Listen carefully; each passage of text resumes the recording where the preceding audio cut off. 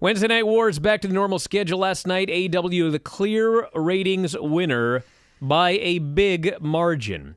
This week's Dynamite, 947,000 viewers, down only 2% from last week. And that was down 2% from a show that had no competition. The rating in the 18 to 49 demo, 0.36. Good for 6th for the night on cable. And matching last week's number in that category. They almost beat the NBA in the demo and the total number of viewers. Dynamite did particularly strong with men in that age range, averaging a .49 rating. NXT failed to finish in the top 50 for the night in the 18 to 49 demo for the second week in a row. It was kind of expected last week because it was the year-end show and awards and studio and everything like that. But this was a live show. There were Dusty Classic matches. There was a four-way match to determine the number one contender for the NXT North American title. Didn't finish in the top 50 in that demo. After positive momentum since NXT showing its Survivor Series, the ratings have fallen the last 2 weeks. NXT was up 32% in total viewers from the Year in Review episode. 721,000 viewers. So the number of viewers is not horrible. It's just this is not anywhere near the kind of viewers that they need. It's all old people. And by the way, Jeopardy did $14 million for the greatest of all time tournament, and they still, at NXT, these are very loyal older viewers. These killer cons. Second lowest number since October 30th, 18 to 49, NXT 55th for the night on cable, 0.19 rating. So NXT is being doubled by AEW into that demo again. Now, the quarter hours, here, I'm not going to spend 25 minutes telling you about all the quarters, but here's the important stuff.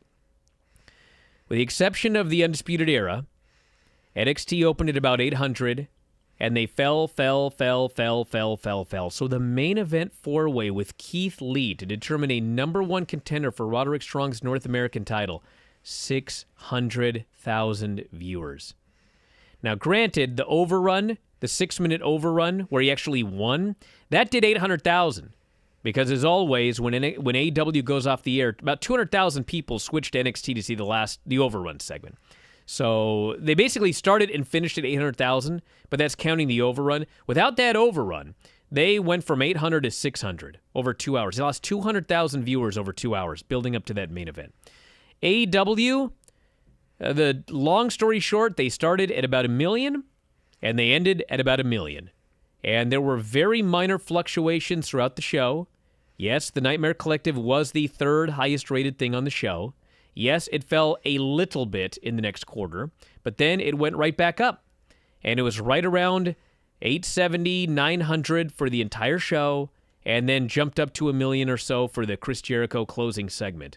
So these fans, they watched the show, and as much as everybody hated the Nightmare Collective, and I will not come on here after these numbers and defend the Nightmare Collective, I still think it sucked, but it did not run anybody off. It did not cause anybody to turn off the show.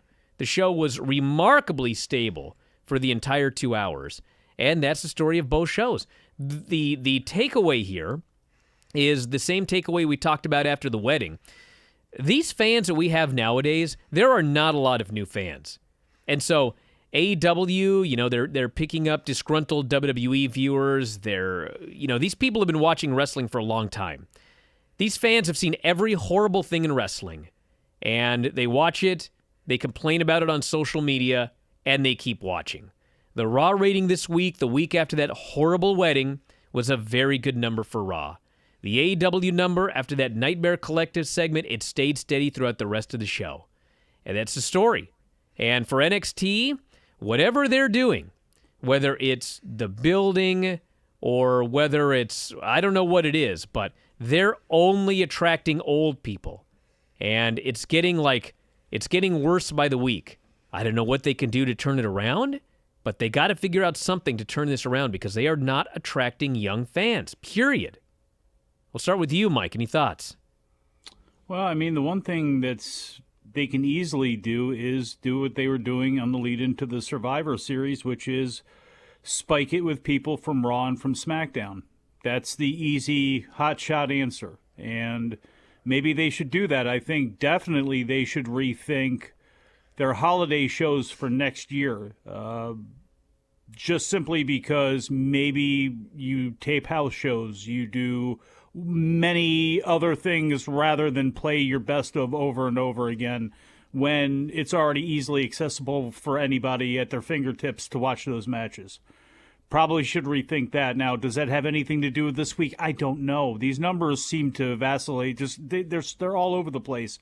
I mean, Brian, I'll ask you, the DVR numbers, traditionally when it comes to NXT, the +3, is this a case because 200,000 people are obviously tuning over from AEW? They're not coming magically from somewhere else. Odds are they're coming from the other wrestling show that are turning it on. I mean, is it just a matter of almost all of AEW's fan base is thinking that, okay, well, we can just DVR NXT and keep going? I don't know. I mean, it just seems to be it's just odd. There's a lot of moving parts. And why? Again, I get that WWE programming skews older because it skews more towards the people that have lived through 3 boom periods to get to where we are now. Those people have all grown up. We've grown up with WWE. But with that said, it's almost insane, the demographic numbers of why they are so low every single week. And again, I don't know if that's a matter of DVR and technology having a play at this or what, but it's bizarre. It's just absolutely nuts to me. Again, I get it skewing older, but for it to be 55th is insane. It really is nuts. Jim. I'm depressed, and I'm not even kidding. You know, since it's been on USA Network, NXT has been a really serious product. Is that fair to say? Yeah, of course it is. Yeah. It's fair to say that that's the product that AEW advertised. And when you look at ratings, it's really only won, once with a hot shot angle? And the only time it gets close is when it has WWE talent. On its merits, it loses every other time. People call into the show, they text you, they tweet you, they email you. We want a serious product. We hate the wedding. We hate the Nightmare Collective.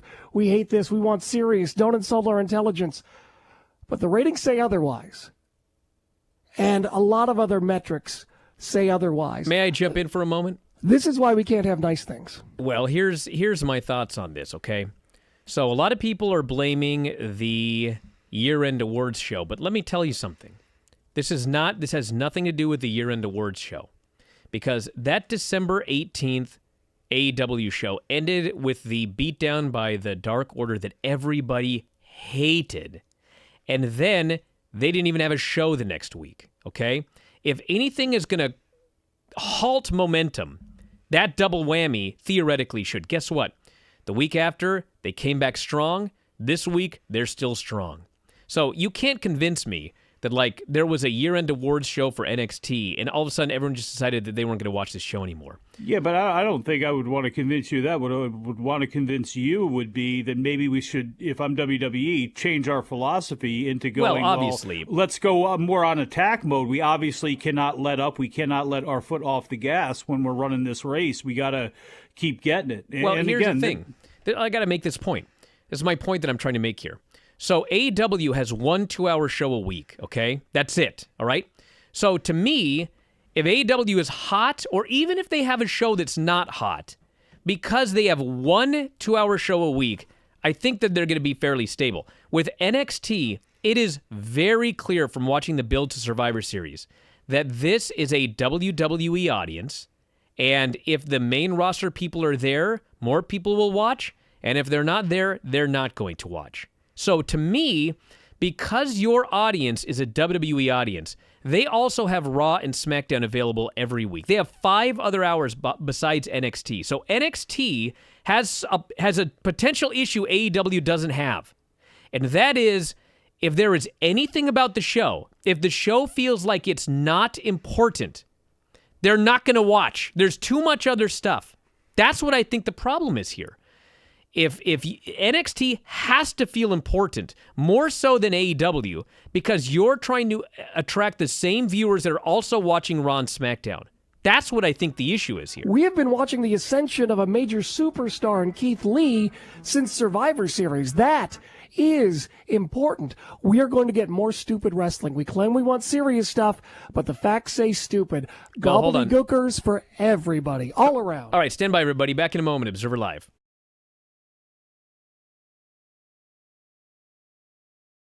Brian Alvarez here, Wrestling Observer Live. Mike Sempervive, Jim Valley. Just want to make one other quick point right here.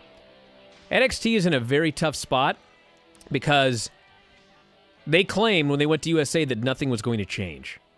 And some things have changed, little things. I mean, the show's longer. We got Finn Balor moving down, stuff like that, and especially around the Survivor Series time. But in general, it is largely the same NXT. And as we are seeing here with these numbers, I mean, this NXT on USA Network, it is not attracting new young fans. It's just not. Whereas here, Wrestling Observer Live, Jim Valley is joining us at the moment. We are attempting to get Mike Sempervive here on the show. If we can't do it here in this segment, we'll try again in the next segment. But Jim Valley, how you feeling today? I'm doing okay. I'm a little wacky on the meds, so give me a little leeway. But I'm here, and I'm glad to be back, man. All right. Well, I've got something sitting here on my desk right now. You have brought back some sort of gift from Japan. Is that correct? That is correct, and you haven't opened it. You haven't looked ahead of time. I have not looked at it. I have not opened it. I'm a little bit concerned, Jim. I've heard that you're sick. Yes. I hope you were wearing gloves when you wrapped this thing up. Now, look, Chris Jericho, I'm wearing my mask, so... I don't care about a mask. Were you wearing gloves when you put this thing in here? Is this infected? I don't think so. All right. I'm going to give it a shot here. Before you open, let me explain something. So when I was trying to find you something, you're not the easiest person to shop for. Definitely not. I could just get you another T-shirt, but you've got lots of T-shirts, and also that's my gimmick. So I can't get you a T-shirt. And I wanted to get something that would have some sort of impact or traction with you. And I thought to myself, okay, what's important to Brian? Obviously wrestling, being in New Japan. Wrestling history, yes. And then I thought, well, you've been having a lot of problem with Vimeo and the subscribers. So I thought, your subscribers are important. So we should do something to try to get subscribers back. So I thought something visual. And then I thought, well, if it's not even something you don't want, I know it'll be something that at least your daughters want. And that's another thing that's important to you. So that's what I thought of that checked all the boxes when I chose this very special gift for you. Oh, my God. And what a gift we've got on the line as well. Mike Sempervive is joining us. Is that right, Mike? I am here. Oh, my Aren't you happy Lord. about that, Jim? Hopefully I make you feel better by just my presence of being here. And for real, I hope you are feeling better. Yeah, no, I loved your Mid-Atlantic podcast. I listened to it all the way over to Japan. I told you that.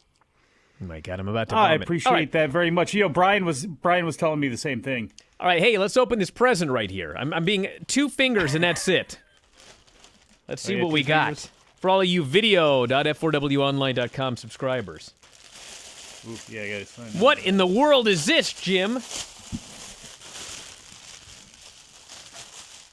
It appears to Sounds like be... hot trash like your takes. What is that noise?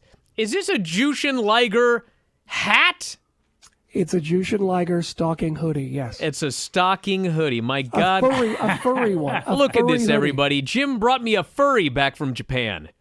Thank you, Jim. Are you putting it on yet? Let me know when you put it on. I may have to put this thing on after the break right here, but maybe I can slide it on over everything. I still got to be able to hear. Oh, God. Well, there's a special feature that you need to be wearing it to see. Well, it's on right now. Okay. Now, there are 2 pieces of material that hang down in front, correct? Oh, yeah. Follow your hands all the way down to the bottom of the material. Don't even tell me. Oh, my gosh. The ears blow up? The ears move. Oh, there are rubber Lord. bladders, and you Oh, can make the little Lord. horns go up and down. Hey, everybody. Now, when I go to the phones and I find out it's Ryan, these ears will go, what? I'm wearing this whole show, Jim. Thank you. Now, unfortunately, when I was putting it on, it got in my eye. So if this has been infected with anything, I'm going to be infected with it here It's very been soon. wrapped the entire time. I've never unwrapped that one. Okay, but you touched the paper. Briefly. All right. Are you okay, like how- Jim? Everything's going to be all right? This is not going to be like another I'll believe you guys are being much easier on me than Dave and Fumi, so don't worry about it. Okay, well, that could change, I mean, if you really wanted to. I like how Bryan's real hair is actually more unwieldy than the fake hair that was always attached to Liger's mask at this point. Yeah, my hair's been a little crazy lately. I've had X-Pac comments and Naito comments.